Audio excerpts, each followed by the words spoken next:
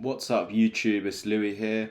I'm back. We did see a retest of this 20 EMA over here, and I told you guys yesterday, let's expect a reaction from this. Just like with any EMA, we have to anticipate a reaction. That's what we're getting at the moment. Don't get overexcited about this. We're still prepared for the downside.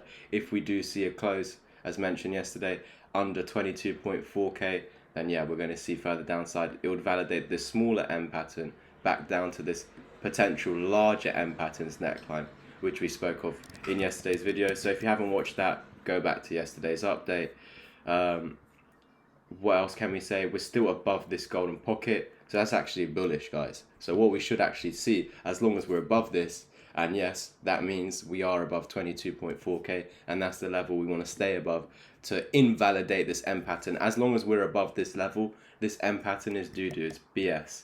So as long as we're above 22.4 and this gold box, which is obviously 22.4 and 22.8, then we should actually continue and make this higher. The level to attack, 24.6k. So what we do want to see is continuation to the 1618 target. The fact that you're still above this golden pocket is bullish. It's basically saying that we are trying to coil up, we're trying to get ready to go up there. What is stopping us is this neckline, which unfortunately we closed below. Now, of course, we close below this, and this is resistance, so we have to anticipate a drop. This is why I told you, okay, we're going to come down, and if we lose this, that's the M pattern. But if we can hold this low and find support on the golden pocket / the 20 EMA, that's going to give us higher probability chances of coming back up and trying to attack this high over here at 24.6k. But again, we want to really be seeing a daily close above 23.8. if you do want to see some movements, you know, telling us that we are going to actually try and head to this breakout location, this resistance where we want to break out above to validate this smaller 1618 target. We have a larger one, which we've had for a while, which is crazy because it's on the 2021 low from the 4th of January of last year. That's the lowest point, 27.7k, and the 1618 lining up exactly. It's strange because we're seeing that exactly with quant, how with quant our level is 150 and the 161 is also lining up with 150 on the quant chart. So not much else to say really, other than the key levels to hold is 18.6k, 20.7k, and of course, if you don't even want to come back down to this neckline in the this larger M patterns neckline, you do not want to be closing below 22.4. So you can see all these levels I say you don't want to close below. You don't want to close below. Have you noticed how each time, even though I've drawn a blue line, right, each time I've drawn this blue line is higher than the last. I'm literally showing you on the chart that there are higher lows. So there are still no lower lows. There is a lower high, but that's completely fine. So look over here. This was a high. This was all lower. Did we go lower though?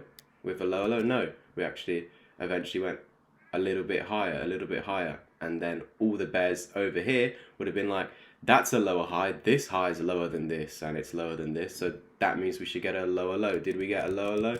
No. So for me personally, I really don't care about this lower high. It means zero to me, because if we go from this point, that means we're in an uptrend, because I've just shown you we have higher highs and higher lows. And in an uptrend, I literally just forgot my point, to be honest, guys. I'm so annoyed. But no, I remember it. I remember. If you appreciate that, I remembered, leave a like. But yeah, basically in an uptrend, when you see these lower highs, they could potentially just be, yeah, this was your top. You come down impulsively. You're doing this Fib retracement back up to come back down, and that would be your small correction in the uptrend. So when in an uptrend, and we have to say from here, we've started an uptrend as I've shown. But in an uptrend, if I just were to draw it for you, when you peak out, this is where you're going to see a head and shoulders pattern or an M pattern, and you start dipping down. And this is the area where you're going to see a W pattern, right? And head back up and make that higher high. So this is where you're going to see an M pattern to make your higher high, and then W pattern to make that higher low, and continue. And that's basically what an uptrend is. So at each peak of an uptrend, you're going to see a bearish pattern, but that's why I'm more focused on the lows rather than the highs, because as I just said, when you're in an uptrend at the peak, you can do a bearish pattern, which is a double top, which is bearish, of course. But because you're in this uptrend since this point, we're going to put in this higher low, which is higher than this low, and that's what an uptrend is. And you're going to see a W pattern like that, which is exactly what you're seeing over here, this W pattern like that, and we continued up. Then we saw this bearish candlestick pattern over here holding the 55. That means we should lose this low, and we failed to lose the low.